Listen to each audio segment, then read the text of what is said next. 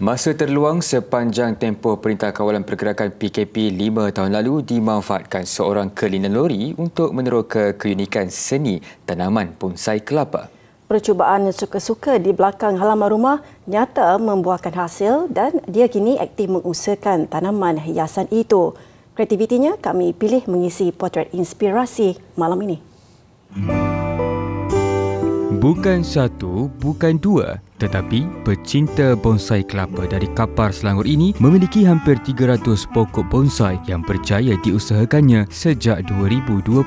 Lebih menarik, setiap bonsai kelapa diusahakannya ada keunikan tersendiri, termasuklah ukiran berbentuk serangga kerengga. Menurut Muhammad Zulkifli Hasan Basri, awalnya dia hanya suka-suka menceburi perusahaan tanaman hiasan ini apabila menonton video di media sosial, lalu membulat tekad untuk mempelajari dengan lebih lanjut mengenai teknik pembuatan tanaman bonsai kelapa.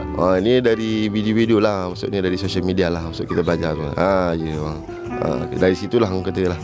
Kita belajar apa benda semua, kaji sendirilah maksudnya. Tengok macam mana kan. Kaji kita buat sendiri. Buat sendiri tengok macam mana keputusan tu. Mati ke tak mati ke, itu semua kata kita belajarlah dari A sampai Z. Sampai dah sekarang alhamdulillah. Katanya penghasilan pokok bonsai kelapa yang baik sememangnya memerlukan komitmen dan kesabaran yang tinggi. Justru tidak hairanlah bonsai kelapa ini dijual dengan harga mencecah RM500 untuk setiap pokok bonsai. Difahamkan penetapan harga itu dinilai daripada jangka hayat dan kreativiti ukirannya. Alhamdulillah lah, orang kata lah.